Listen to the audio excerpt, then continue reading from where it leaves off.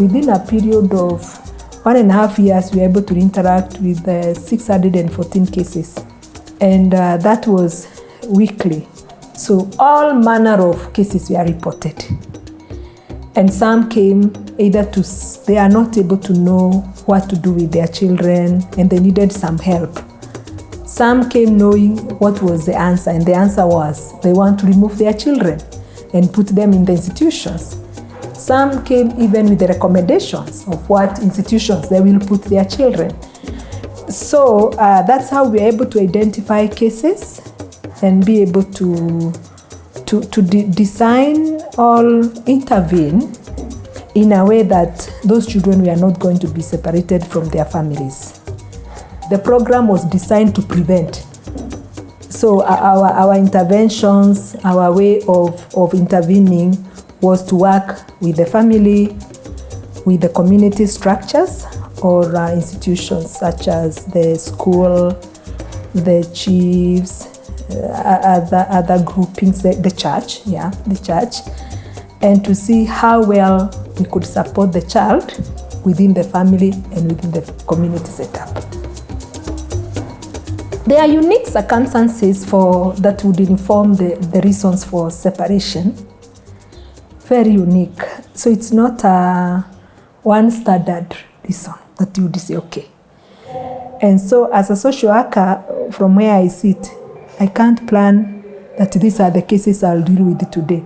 I have to be armed with the variety of knowledge, with the variety of skills, so that I'm able to give the right service to those that come. Wherever they are, whatever they are facing, whatever they are going through, prioritize to build a relationship with them. You get to know what resources they have and what resources they don't have. Because if you just put yourself like it's like a machine, you are moving from this case to this case and to the next case, most probably you will not get any solution. And if you get any solution, I would say maybe it will be a mechanical solution. Besides having a technique of connecting and relating well with the clients or the people that have come to seek help, mothers, family, community, you have to develop a wider view in terms of how you approach the problems or the social issues that are presented to you. Because I've met with the children, and when you try to establish the reasons behind them going out, you can't trace, because they have their family in place, they have extended family in place, the resources like services they are going to seek, they are within that community.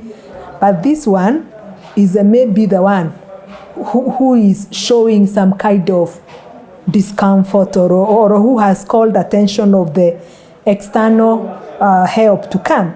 Meaning, the person who interacted with that need or that case, they never had a wider view of thinking, how do we meet this current challenge, current problem?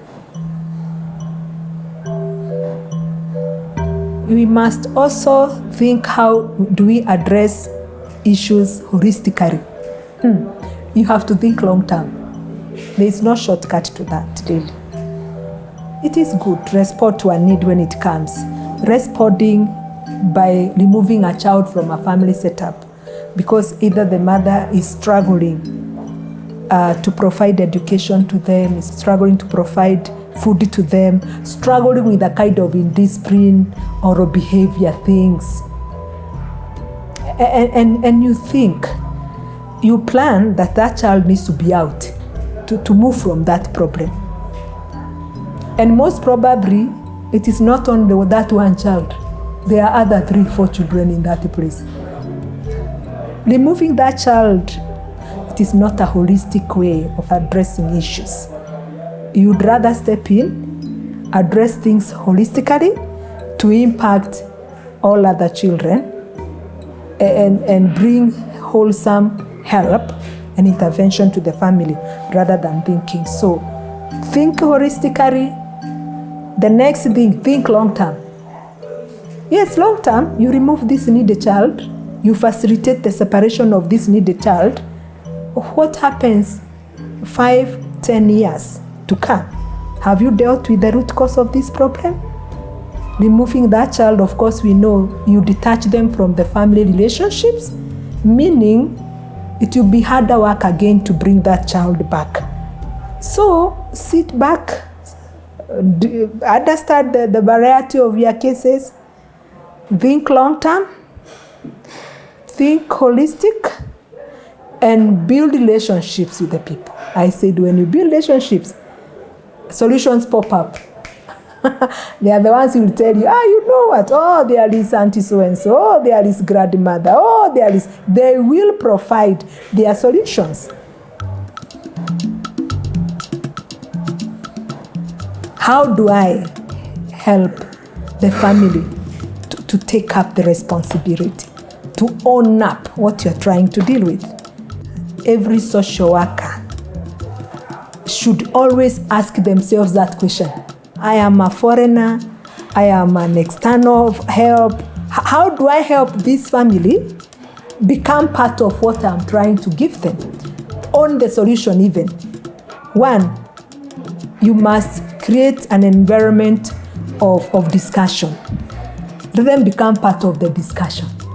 Go down to the language they can understand.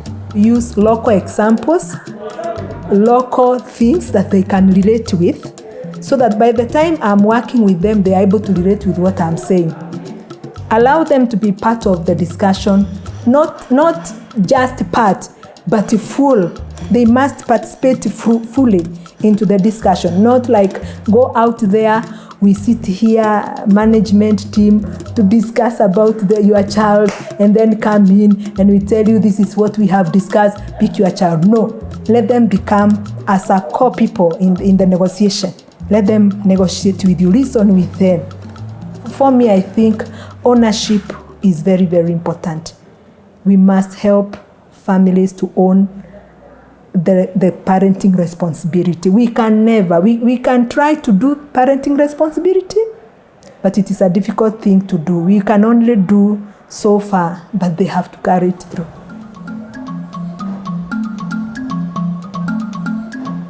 If I'm using myself to be an example to the other people, it has to be a very relevant and appropriate modeling.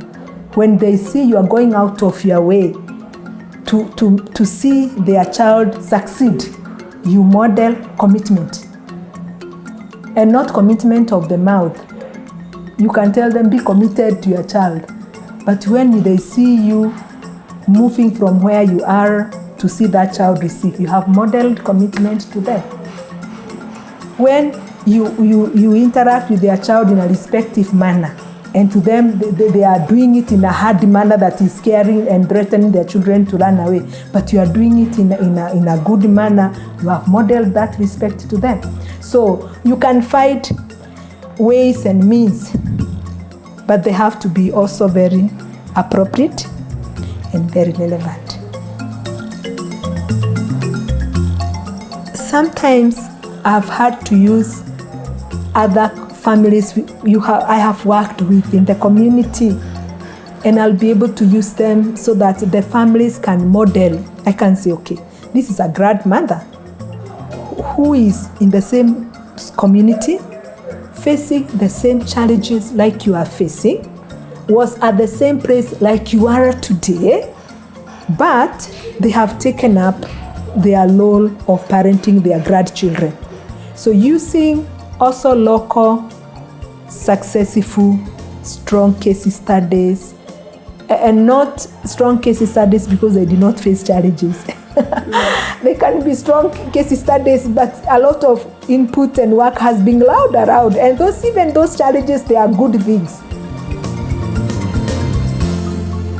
You must have a strong belief to believe in the people you are working with. If you believe that mother is not able, and that father is not able, and the community is bad, and there are no resources in the community, my friend, it will be very hard. We must observe the strengths, and you cannot do a successful empowerment if you have not observed protective factors in that family, in that individual, and risk factors. Strengthen the protective factors and then minimize the risk factors. And also help them to see the risk factors. Because if they don't see the risk factors, how will they own the process of dealing with the risk factors? So I think acknowledging that every human being has got potential to be part of the solution, very, very important. And you cannot write off families. As long as you are breathing, you are walking, that family is walking and breathing, they are not put in the coffin, let us not write them off. They have potential and capacity that can never be replaced by any money, any sort of money, by the way. Funding can dry, resources in terms of physical can dry, but those people have potential that can be cultivated and can be replenished.